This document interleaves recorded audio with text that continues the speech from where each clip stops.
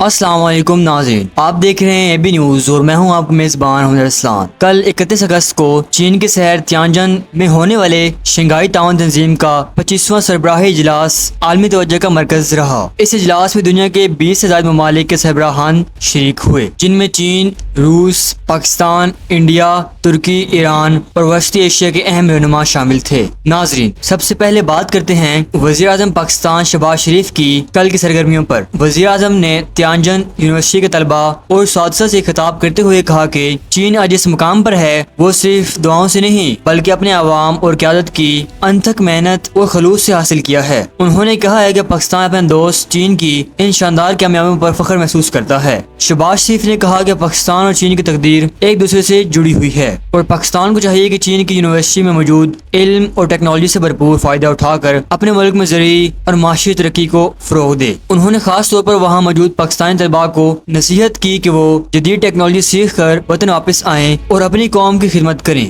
وزیر اعظم شہباز شریف نے اپنی تقریر میں کہا کہ پاکستان کی موجودہ حکومت صدر شی جن پنگ کے ویژن کے مطابق ترقی اور عوامی فلاح کی پالیسی پر گامزن ہے۔ انہوں نے پاک چین دوستی کی تاریخ بھی یاد دلائی اور کہا کہ یہ تعلقات 60 برس پہلے شروع ہوئے جب پاکستان پہلا مسلم ملک بنا جس نے چین کو تسلیم کیا۔ اس طرح کراچی سے بیجنگ پہلی پرواز، قراقرم ہائی وے کی تعمیر اور دیگر سنگ میل اس دوستی کی مضبوط بنیادیں ہیں۔ ان کا کہنا تھا کہ یہ دوستی ہمیشہ قائم رہے گی اور کسی بھی چیلنج کا سامنا کر سکتی ہے۔ وزیر اعظم نے چین کی سب سے بڑی کامیابی پر بھی روشنی ڈالی کہ کس طرح چین نے 800 ملین یعنی 80 کروڑ عوام کو غربت سے نکالا اور کہا کہ یہ ایک ایسی مثال ہے جسے پاکستان کو بھی اپنانا ہوگا۔ ناظرین، کل ہی وزیر اعظم شہباز شریف نے نیشنل ارتھ کویک سیمولیشن سینٹر کا بھی دورہ کیا۔ وہاں انہیں قدرتی آفات سے نمٹنے کی جدید ٹیکنالوجی دکھائی گئی جیسے ریسکیو گاڑیاں اور جدید مشینری۔ وزیر اعظم نے کہا کہ اگر پاکستان اس طرح کی ٹیکنالوجی کو استعمال کرے تو سیلاب اور زلزلوں جیسے سنحات سے بہتر طور پر نمٹا جا سکتا ہے۔ انہوں نے پاک چین مشترکہ منصوبوں کو مزید مضبوط بنانے پر بھی زور دیا۔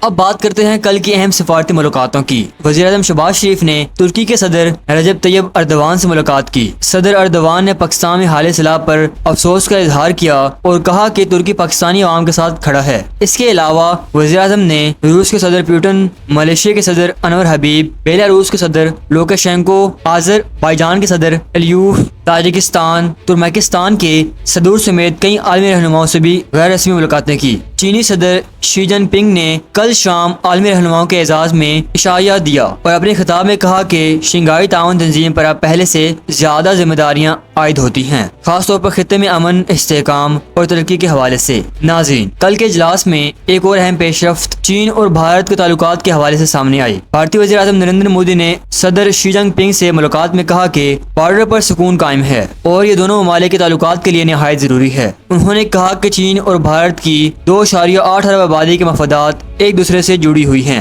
اور ان کا تعاون پوری دنیا کے لیے فائدہ مند ثابت ہوگا۔ صدر شی جن پنگ نے بھی کہا کہ سرحدی مسائل کو مجموعی تعلقات پر حاوی نہیں ہونا چاہیے بلکہ دونوں ملکوں کو ترقی اور تعاون پر توجہ دینی چاہیے۔ پاکستانی ماہرین کا کہنا ہے کہ اگر چین اور بھارت کے تعلقات بہتر ہوتے ہیں تو خطے میں امن کو فروغ ملے گا۔ تاہم پاکستان اور چین کی دوستی اتنی مضبوط ہے کہ کسی تیسرے ملک کے تعلقات اس پر اثر انداز نہیں ہو سکتے۔ آخر میں ناظرین، یہ کہنا درست ہوگا کہ کل کا دن یعنی 31 اگست نہ صرف پاکستان بلکہ پورے خطے کے لیے انتہائی اہم رہا۔ وزیر اعظم پاکستان کی تقریریں، ملاقاتیں اور چین کا کردار اس بات کی علامت ہے کہ مستقبل کے ایشیا تعاون، ترقی اور امن کے نئے دور میں داخل ہونے جا رہا ہے۔